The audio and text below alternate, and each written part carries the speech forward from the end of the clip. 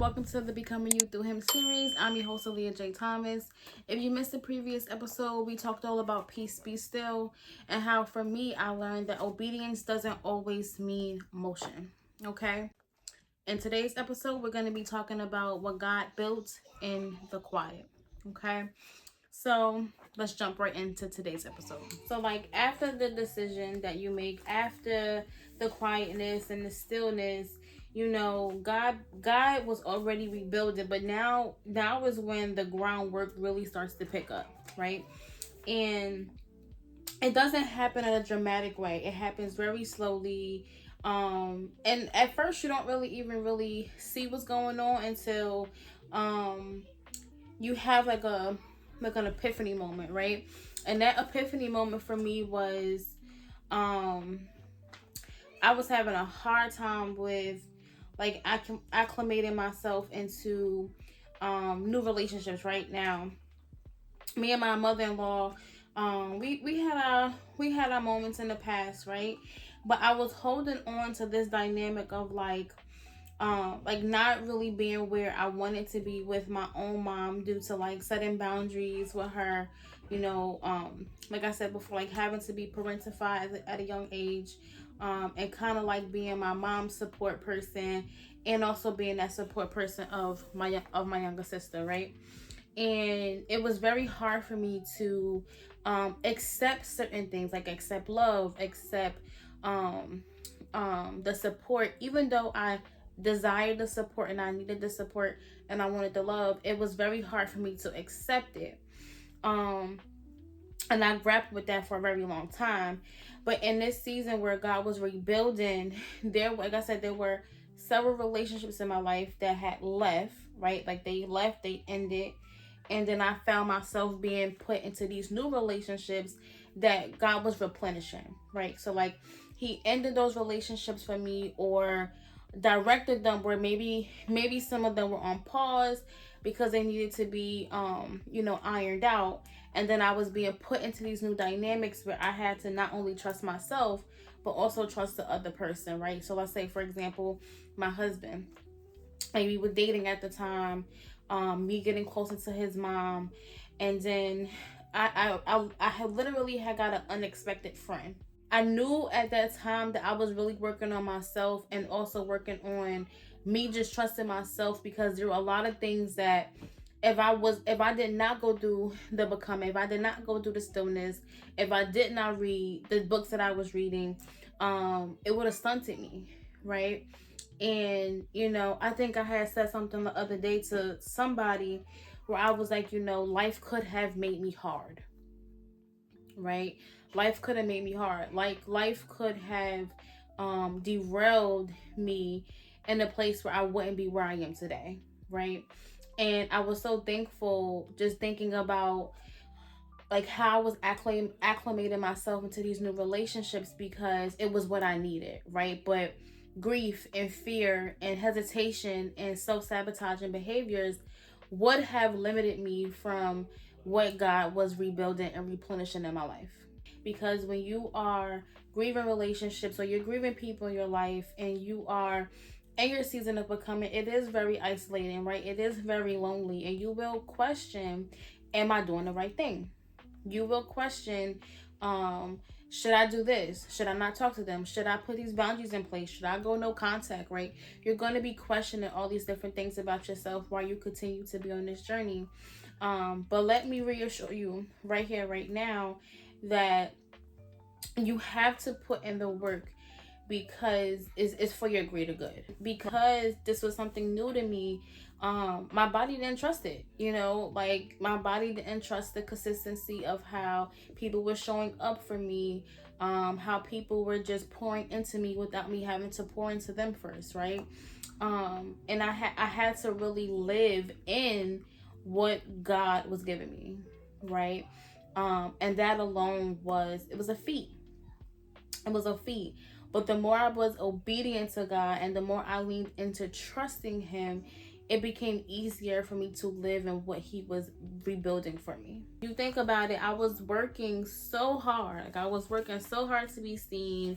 I was just putting in all of the work, And now it was time for me to just sit back and let me sit back and just watch God work. Just sit back and I was finally able to see that all the work all the work I had put in, like I was really starting to reap the benefits of what I sold, because all of the inner work that I was doing, I was finally seeing it on the outside, right?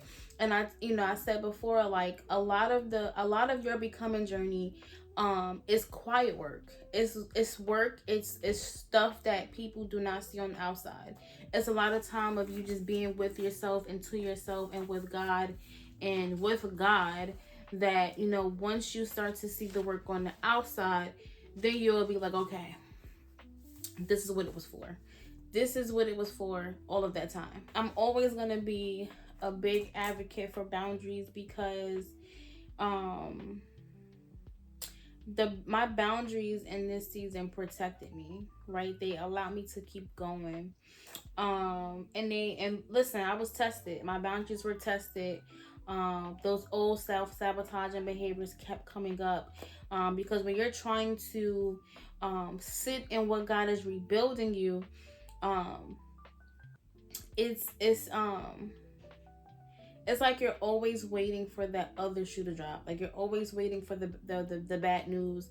You're always waiting for something to happen, because that's literally what life has been, especially when you're used to trauma, right? And I didn't let that take over me. I didn't let it overpower me. So my boundaries had to be very strong in this season of my life, because the devil was always busy. The devil was always busy, and I poured more into God, right? I continued to be obedient. I read my Bible. I read different books that connected me to him and our relationship. And I really had to hone in on those boundaries, because it allowed me to realize that I wasn't just protecting myself anymore, that I was literally preserving and being appreciative and grateful of what God was giving me. So once you have taken the time to understand that this is what your life is going to be now, you have to settle into that, right? You have to settle into, again, you made this decision, you said yes to God's plan, etc., etc. Well, now you're choosing to stay in what God is rebuilding, right? Or what God has rebuilt. And I just remember just being so grateful to my journey. Like I fell in love with someone that loved me and loved my child, right? And that was one of my biggest fears, making a decision of leaving my oldest daughter's father. Was like, oh my God, I'm a single mom, I have a baby. Like no one's gonna want a single mom with a baby, right? That was initially my first thought. But like, you know how many like my mom was a single mom and she had me and she got remarried. Why did I have that thought? I don't know. I'm pretty sure that there's many single women, single mothers that have that thought after they have a child, right? And then they start thinking about, how am I gonna date, right? But that was my initial first thought. But I found someone, and that also could have been just different things that my oldest child's father said to me in arguments. But you know, I digress. I found someone that fell in love with my daughter and fell in love with me. And I could talk about my love story at some point with my husband. We were college sweethearts, by the way. um I'll talk about that at some other point, but it was just a lot of gratitude that I felt, when God was rebuilding everything in the quietness, right? um and it felt like I was in a place where I was fully emerging, right? I was fully emerging. I had this newfound confidence. I had the support systems. I could rely on people without having to pour into them. Initially, right, people were pouring to me. It felt like people were finally seeing me for who I am, right? And that alone was like breathtaking. It was out of this world. It was outwardly, okay, outwardly, to even be in a position to understand that, um, you know, I was actually stepping into the life that God was building for me, or has always been building for me. But it really had to take me to do the inner work, the quiet work, to really be in a position to not only see it, but to also feel it and understand, like, yes, this is what God has always wanted for me, right? And it gave me a different outlook on just how we handle things in general, right? How we how people wake up every day and how they choose. Life is all about making choices. Life is all about making choices. You have a choice to make every day, sometimes multiple choices throughout the day. And it's funny because I said this to my husband the other day. I was like, when you're home, or like if I'm like off mommy duty, I don't want to make a decision. I don't want to make a decision. I make so many decisions throughout the day. I don't want to make a decision. So you just do it for me. Okay? So, at the end of the day, life is literally about making choices and decisions every single day. And those choices and decisions are going to dictate your future and your outcome. Simple as that. Some homework I want to give you is going to be, how do you respond to consistency and support? This is going to be like a twofer, okay? So, how do you respond to consistency and support? That's going to be your journal prompt. How do you respond to consistency and support? This might sound off-putting, but I want you to practice gratitude without suspicion.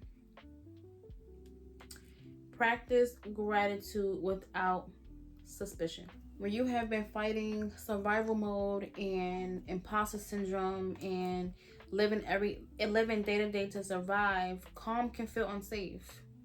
Peace can feel unstable. Consistency and stability can be temporary, right? So, you have to understand that you should be able to practice your gratitude without suspicion, without feeling like another shoe is going to drop or something bad is going to happen, right? This is a way for you to understand that goodness and God's grace is a gift and it's not a setup. Okay? It is not a setup. So instead of saying like, this feels good, but something's coming, something's about to happen, let's change that to, this feels good and I am supposed to be here. This feels good and I deserve this. And that because I had convinced myself that I didn't need certain things. I had closed off my desires. And we're going to talk about desires in the next episode, because there were so many different desires I had buried for a very long time. Very, very long time. Okay. And because God was rebuilding in the quiet, right? This allowed those desires to wake up again. Okay. So this concludes episode 6, where God rebuilt in the quiet.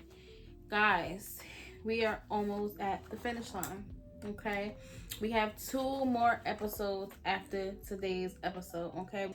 I will be letting you guys know the course of action once this series ends. But until then, I will see you guys soon. Bye-bye.